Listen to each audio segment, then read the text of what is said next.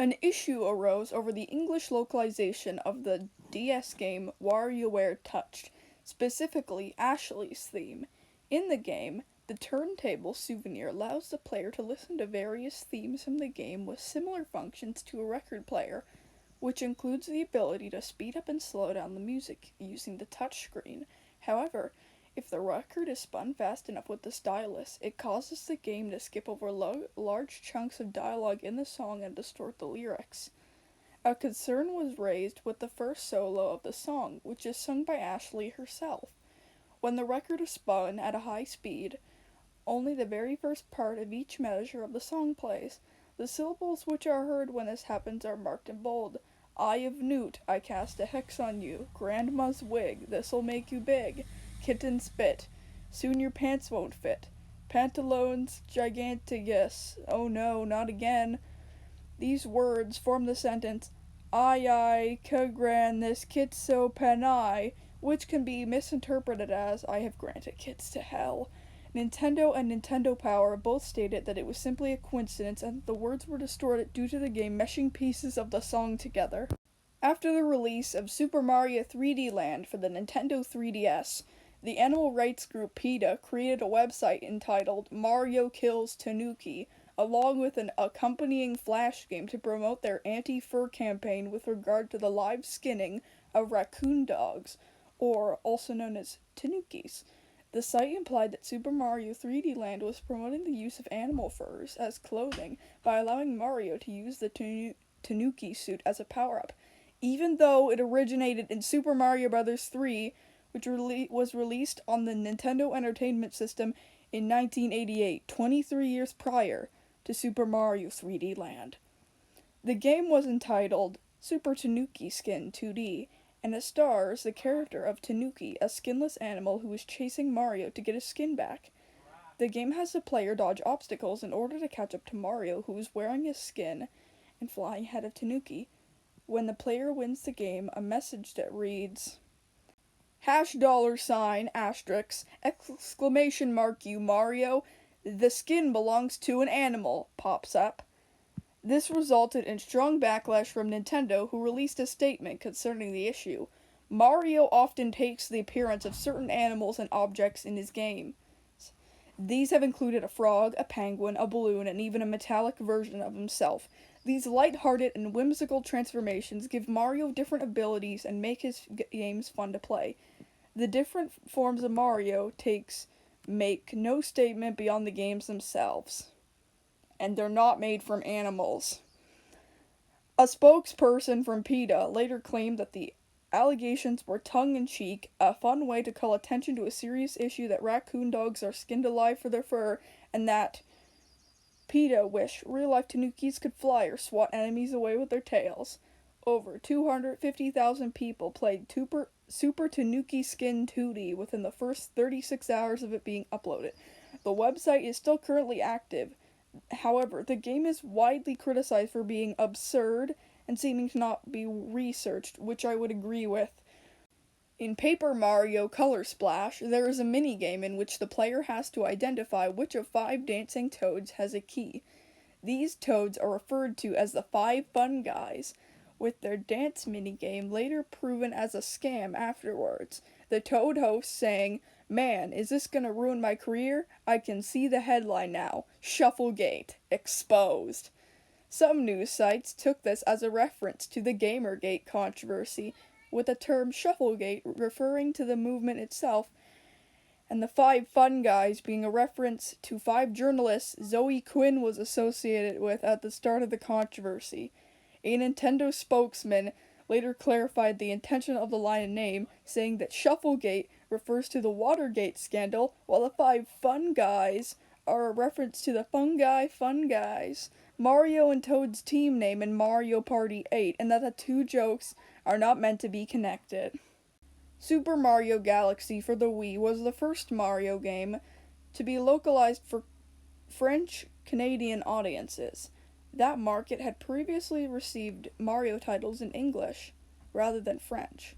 This followed a deal between the Office Québécois de la Langue French and the video game industry to have every game available for that region in French by 2009. In the Quebec localization, NPCs, particularly the Lumas and the Toad Brigade, make heavy use of dual accents and slang. This localization choice sparked a minor controversy, with representatives of the OQLF and the Union des Artistes criticizing it for promoting poor literacy to children.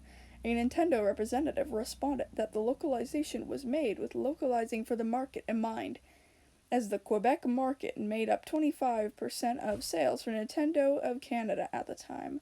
Following the negative reception to the localizations of Super Mario Galaxy and The Legend of Zelda Phantom Hourglass, which featured a similar localization, later Canadian French localizations would be written in standard French, with the exception of the similarly localized Paper Mario Sticker Star, as well as the Pokemon series, which would simply retain its European French localizations and corresponding slang. At E3 2017, Nintendo unveiled the pre-release box art for Super Mario Odyssey, which featured a collage of many photos from the game's kingdoms with Mario dressed accordingly to the location. On the lower left corner, Mario could be spotted shivering in the Sand Kingdom wearing the sombrero and the poncho, among the RP rating. This look earned the nickname of Mexican Mario, and it has been described as a negative stereotype of the Mexican people and their culture, with several sources accusing Nintendo of racism and cultural appropriation. This is believed to be the reason why Nintendo decided to later change the box art for the game, removing the Mexican Mario photo and replacing it with another photo of Mario swimming in the Lake Kingdom. This sudden change was also met with controversy, this time by Mexican fans of the series, who claimed that they never found Mexican Mario to be offensive, and in fact thought it was a nice gesture of Nintendo to acknowledge the Mexican culture that way. The removal of Mexican Mario was called a more offensive move from Nintendo by part of Mexican fans than the inclusion of the outfit itself, which I agree with. Crazy Kong was an officially licensed clone of Donkey Kong manufactured by Falcon. On June 30th, 1982, Nintendo of America filed a complaint towards Akin Industries, Inc., an arcade hardware manufacturer based in Michigan that sold Crazy Kong boards. The complaint alleged that the licensing agreement with Falcon explicitly forbade the manufacturing or export of Crazy Kong outside of Japan. The case was taken to the United States District Court for the Eastern District of Michigan, which quickly ruled in favor of Nintendo. As Nintendo's newly established video game division lacked programming manpower, the arcade version of Donkey Kong was programmed by Ikegami Tsushinki, a contractor that had worked for Nintendo for several of its arcade releases. For Donkey Kong's development, the two companies signed a contract that gave Ikegami Tsushinki exclusive rights to the manufacturing of Donkey Kong arcade boards. In 1983, Ikegami sued Nintendo on the ground that the company had violated the contract and produced around 80,000 arcade boards on its own. Ikegami also sought compensation for the use of reverse-engineered Donkey Kong code in Donkey Kong Jr. and claimed it owned the copyright on Donkey Kong's code, while the contract did not specify ownership of the code. A judgment relating to Space Invaders Part 2 set a precedent establishing computer code can be copyrighted. In response, Nintendo claimed to own Donkey Kong's code as Ikegami was hired as a subcontractor. The case went to the Tokyo District Court until March 26, 1990, at which point the two companies settled out of court. The lawsuit has often been stated to be the reason behind the lack of re-releases of the arcade version of Donkey Kong and the existence of Donkey Kong Original Edition, although Donkey Kong 64 nevertheless features a full port of the arcade version due to Rare porting the arcade game rather than doing an emulation of the code. However, in 2018, the original arcade version of Donkey Kong was released as part of Hamster Corporation's Arcade Archive series. The lawsuit may also explain why references to Donkey Kong and other Nintendo games used the NES version until 2018's WarioWare Gold, which altered the Donkey Kong mini-game to feature arcade graphics and sound effects. Super Smash Bros. Ultimate, also released in 2018, redid the 75M stage to look and sound like the arcade version, and the Hammer began using the arcade version's music. However, The arcade version of 25M's music had been used in Smash games since Super Smash Bros. Brawl. It is likely that sometime around 2018, Nintendo either bought the rights from Ikigami entirely, or the two parties settled mutually.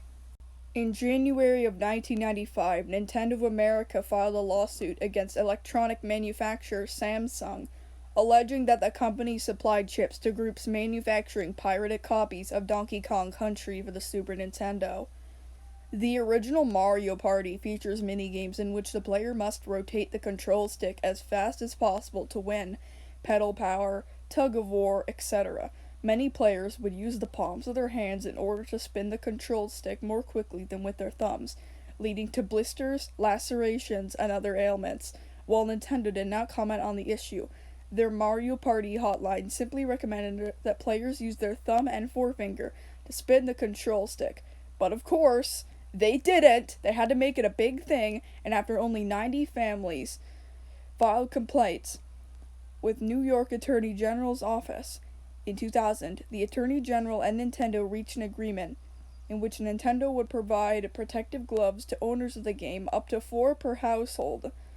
Nintendo agreed to commit $80 million for the gloves, having sold approximately 1.2 million copies of Mario Party, and if all owners took advantage of the offer, as well as paying $75,000 for the Attorney General's investigation.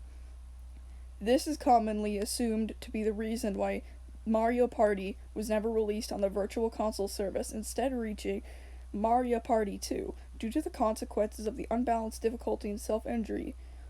Future Mario Party titles would never use these type of minigames until Mario Party Island Tour, which uses the circle pad instead of a joystick. On June 12, 2008, Morgan Creek Productions filed the lawsuit in the United States District Court for the Central District of California against Nintendo of America. Morgan Creek alleged that Nintendo's use of the Hans Zimmer song "You're So Cool," used in the film True Romance, in a TV commercial for Nintendo GameCube game Paper Mario: The Thousand-Year Door, was not authorized. The lawsuit in question did not actually list a specific game, only that Nintendo used the sound recording of "You're So Cool" without authorization in a television advertisement for the Nintendo GameCube, which they put in quotes. Paper Mario: The Thousand-Year Door was the only Nintendo GameCube game to use the song in an advertisement. 6 days later, on June 18th, Morgan Creek dropped the suit without word. Nintendo would later release a statement that their advertising agency, Leo Burnett, had presented Morgan Creek with a copy of their agreement with Nintendo of America, giving them the license to use the song. Before the official Australian release of New Super Mario Bros. Wii on November 12, 2009, James Burt, a gamer who was 24 years old at the time, purchased a copy from a local game retailer that had sold the game early on November 6, 2009. Before playing the game, Burt uploaded it to a file-sharing network so that other gamers could also play the game for free before the official release. Upon discovery of this action, Nintendo sued Burt, claiming that the distribution of the game was a direct copyright infringement, and pushed to receive compensation for the loss of revenue. Upon the game being uploaded to the internet, Nintendo was able to imply the use of sophisticated technological forensics to identify the individual responsible for illegally copying the file and making it available for further distribution. On November 25, 2009, Nintendo obtained a federal court search order in respect of the individual's residential premises. This led to the seizure of property from those premises in order to gain further evidence against the individual.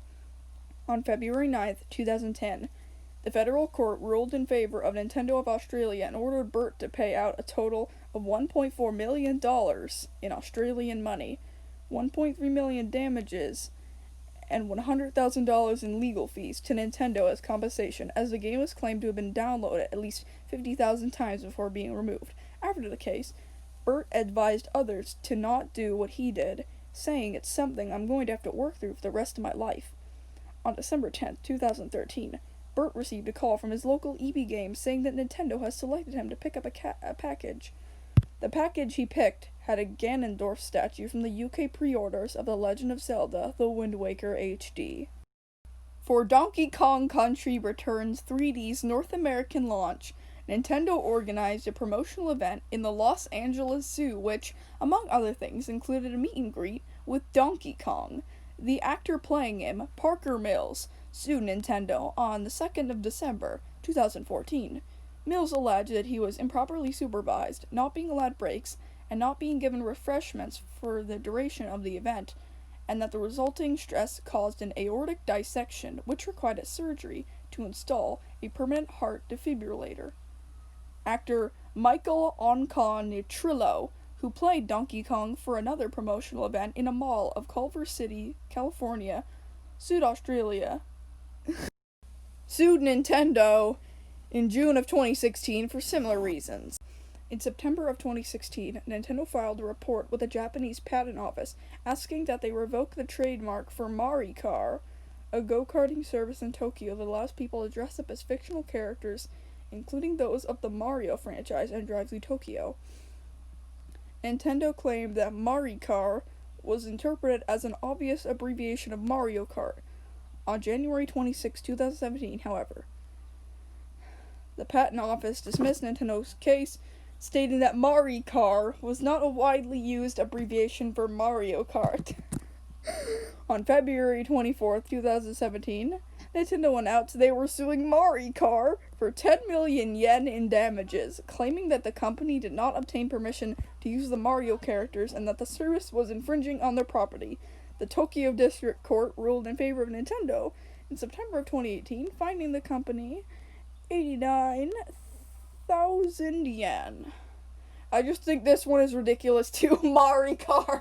If I make a Mario Kart 7 video, I'm gonna call it Playing MariCAR. On April 22nd, 2015, Nintendo of America's Twitter account posted a photo of a plush Waluigi riding a Wiggler with the caption, "Reply wah for Waluigi Wednesday. Reply with a flower emoji for Wigger Wednesday." Having misspelled Wiggler, this typo was met with widespread befuddlement and derision from Nintendo's social media followers, with many screen capping the original tweet.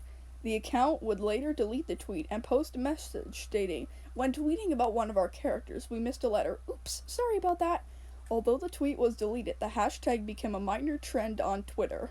Following the release of the Super Mario Bros. Encyclopedia in English on October 23, 2018, it was discovered that one of the translators, Zach Davison, had taken conjectural and foreign language names for characters from the Super Mario Wiki and the Mario Wikia rather than official Nintendo venues. This especially concerned enemies and characters from Super Mario Land 2, 6 Golden Coins, as well as others such as Winged Strollin' Stew, which the book called Sorin Stew, and Luma Comet, which is actually the character's French name, used by the Super Mario Wiki at one point due to the lack of an English name.